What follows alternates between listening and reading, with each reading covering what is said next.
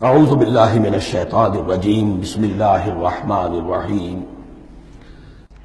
سابقہ امت مسلمہ بنی اسرائیل، ان کے ساتھ خطاب کا سلسلہ سورہ بقرہ میں 5ویں رکوع سے شروع ہوا اور 15ویں رکوع کے آغاز تک چلے گا۔ یہ 10 رکوع ہے۔ عرض کر چکا ہوں بار بار، اور اس کو میں چاہتا ہوں آپ اچھی طرح ذہن نشین کر لیں کہ اس میں سے پہلا رکوع جو ہے وہ دعوت کا ہے، وہ بہت فیصلہ کن ہے۔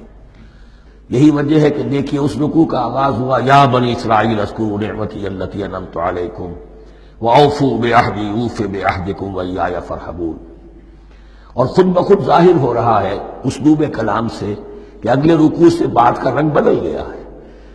یا بنی اسرائیل اذکروا نعمتی التی انعمت علیکم وانی فضلتکم علی العالمین واتقوا یوما لا تجزی نفس عن نفس شیئا ولا يقبل منها شفاعة ولا يؤخذ منها عدل ولا هم ينصرون۔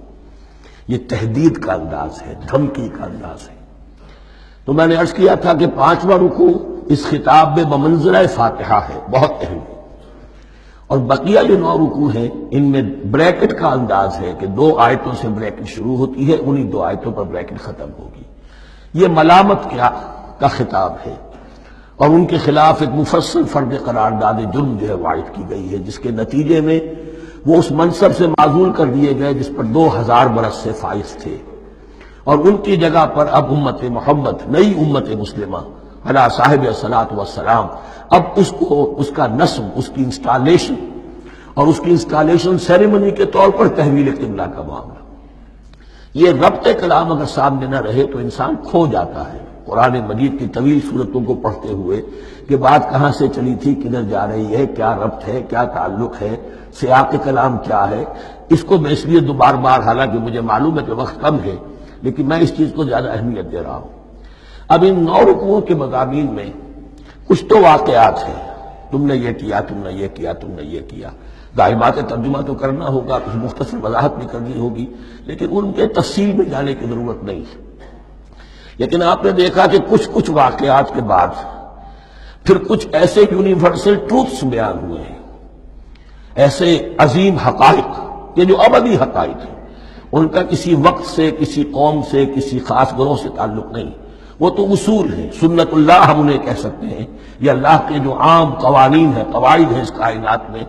ایک تو قوانین ہے طبعیہ، فزیکل لاز، ایک مورل لاز ہے کہ جو اس دنیا میں اللہ تعالیٰ کی طرف سے کار فرما ہے۔ تو جہاں وہ مورل لاز آتے ہیں جنہیں آپ کہا کرتے تھے جب بچپن میں کہانی پڑھی اور کہانی کے بعد لکھا اس کا مورل لیسن کیا ہے، اس کہانی سے سبق کیا حاصل ہوا، تو تھوڑے تھوڑے وقفے کے بعد وہ آیات آتی ہیں کہ جو اس گویا کہ اس سلسلہ کلام کے اندر یہ انتہائی اہمیت کی حامل ہے، اس لیے کہ وہ یونیورسل اہمیت کی حامل ہیں، اور ان میں در حقیقت ایک رہنمائی پوشیدہ ہے موجودہ امت مسلمہ کے لیے۔ مثلا جتنا حصہ ہم اب تک پڑھ چکے ہیں ان میں سے پہلے تو وہ آیت یاد کیجئے وَضُرِبَتْ عَلَيْهِمُ الذِّلَّةُ وَالْمَسْكَنَةُ وَبَاءُوا بِغَضَبٍ مِّنَ اللَّهِ۔ معلوم ہوا کہ ایسا ہو سکتا ہے کہ ایک امت مسلمان ہو، اس پر اللہ کے بڑے فضل ہوئے ہوں، بڑا اکرام ہوا ہو، بہت انعام ہوا ہو، پھر وہ اپنی بے عملی یا بد عملی کے باعث اللہ تعالیٰ کے غضب کی مستحق ہو جائے اور ذلت اور مسکنت اس پر تھوپ دی جائے۔ یہ ایک یونیورسل ٹروتھ وہاں سے نکل آیا کہ ہمیں سوچنا ہوگا، یہ ایک لمحہ فکریہ ہے امت مسلمہ کیا کہ کیا ہم تو کہیں آج اس پوزیشن میں نہیں ہیں۔ حدیث میں آپ کو سنا چکا ہوں لَيَأْتِيَنَّ عَلَىٰ أُمَّتِي مَا أَتَىٰ عَلَىٰ بَنِي إِسْرَائِيلَ حَسْبَ النَّعْلِ بِالنَّعْلِ۔ دوسرا اسی طرح کا یونیورسل ٹروتھ والا مقام تھا آخری جو ہم نے کل پڑھا ہے، ثُمَّ قَسَتْ قُلُوبُكُمْ وَهِيَ كَالْحِجَارَةِ أَوْ أَشَدُّ قَسْوَةً۔ کسی مسلمان امت کا یہ حال بھی ہو سکتا ہے کہ ان کے دل اتنے سخت ہو جائیں کہ سختی میں پتھروں کو اور چٹانوں کو مار دیں۔ یہ بھی ایک کیفیت ہے جو سامنے آئی، حالانکہ قوم وہ ہے انی فضلتکم علی العالمین، از کجا کعب کجا، لیکن یہ حقیقت بھی ہمارے سامنے آئی کہ یہ چیزیں جو ہیں اپنی جگہ پر امکانات میں سے ہیں۔ البتہ یہاں ایک بات میں عرض کر دوں کہ اس قساوت قلبی میں پوری امت برابر مسلط جو ہے مبتلا نہیں ہوا کرتی، اس میں امت کے جو قائدین ہوتے ہیں اور امت مسلمہ کے قائدین اس کے علماء ہوتے ہیں، سب سے زیادہ شدت کے ساتھ یہ خرابی ان میں آتی ہے۔ اس لیے کہ باقی لوگ تو پیروکار ہیں، پیچھے چلتے ہیں، وہ اعتماد کرتے ہیں کہ یہ ہے اللہ کی کتاب کے پڑھنے والے، یہ ہے تورات کے حامل، یہ جانتے ہیں، وہ ان کے پیچھے پیچھے چل رہے ہوتے ہیں۔ لیکن جو لوگ جان بوجھ کر اللہ کی کتاب میں تحریف کر رہے ہوں، انہیں تو پتا ہے ہم کیا کر رہے ہیں۔ جو لوگ جان بوجھ کر حق کو پہچان کر اس کا انکار کر رہے ہیں، انہیں تو پتا ہے کہ ہم کیا کر رہے ہیں۔ در حقیقت یہ سزا ان پر آتی ہے۔ یہ بات اب ان آیات میں جو آج ہم پڑھنے چلے ہیں بہت زیادہ واضح ہو جائے گی انشاءاللہ۔ فرمایا افتطمعون ان یؤمنوا لکم، تو اے مسلمانوں کیا تم یہ توقع رکھتے ہو کہ یہ ایمان لے آئیں گے تم پر، تمہاری بات مان لیں گے؟ ظاہر بات ہے مسلمانوں کو توقع تھی کہ مشرکین مکہ تو بہت دور تھے دین سے، توحید سے دور، رسالت کا کوئی تصور ہی نہیں، کتاب تو ان کے پاس تھی ہی نہیں۔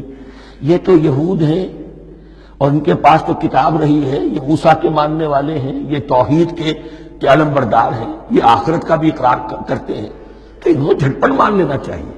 تو جو مسلمانوں کے دل میں، عام مسلمانوں کے دل میں جو حسن ظن تھا، اب در حقیقت یہ اس کو ایڈریس کیا جا رہا ہے۔ افتطمعون ان یؤمنوا لکم، تمہیں بڑی طمع ہے، کوشش ہے، تمہاری خواہش ہے، آرزو ہے، تمنا ہے، توقع ہے کہ یہ بات مان لے گے تمہاری۔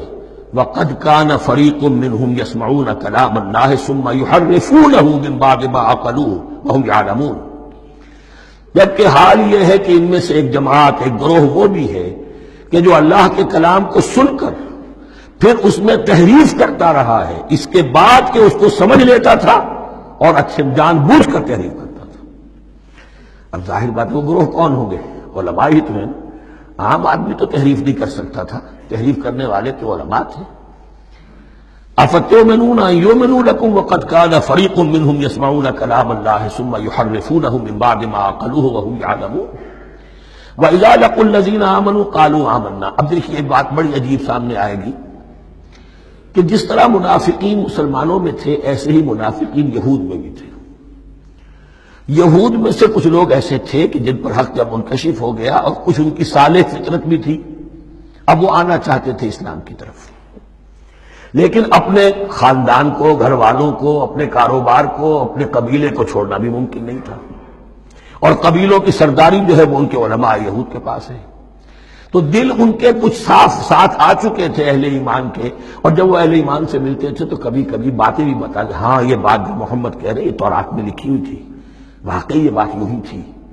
اب اس کے بعد جب وہ جاتے تھے اپنے شیاطین کے پاس، وہی شیاطین ان کے علماء، ان کے بڑے سرکردہ لوگ، تو وہ جا کر انہیں ڈانٹ ڈپٹ کرتے تھے، بے وقوفو یہ کیا کر رہے ہیں تم، یہ بات بتا رہے ہو انہیں تاکہ اللہ کے ہاں جا کر وہ تم پر حجت قائم کرے کہ انہیں پتا تھا اور پھر بھی انہوں نے نہیں مانا۔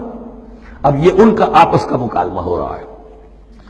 وَإِذَا لَقُوا الَّذِينَ آمَنُوا قَالُوا آمَنَّا، اور ان میں سے کچھ لوگ ہیں کہ جب ملتے ہیں اہل ایمان سے تو وہ کہتے ہیں ہم ایمان لے آئے۔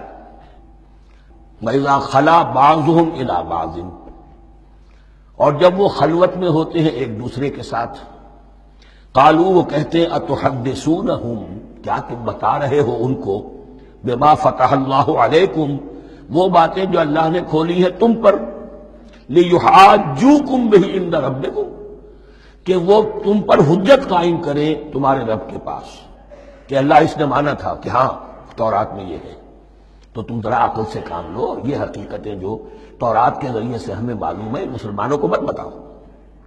اس پر اللہ کا تبصرہ کیا ہے؟ افلا تعقلون، یہ تو ابھی انہی کا قول ختم ہوا کہ کیا تم عقل نہیں ہے کہ تم ایسا بے وقوفی کا کام کر رہے ہو؟ اولا یعلمون، یہ تبصرہ اللہ کا، تو کیا یہ لوگ نہیں جانتے ان اللہ یعلم ما یسرون وما یعلنون، کہ اللہ تو جانتا ہے وہ سب کچھ بھی جو وہ چھپاتے ہیں اور وہ سب کچھ بھی جسے وہ ظاہر کرتے ہیں۔ تو چاہے یہ باتیں مسلمانوں کو بتاؤ نہ بتاؤ، اللہ کی طرف سے تو محاسبہ ہو ہی جانا ہے، لہذا یہ بھی ان کی ناسمجھی کی دلیل ہے۔ صدق اللہ العظیم۔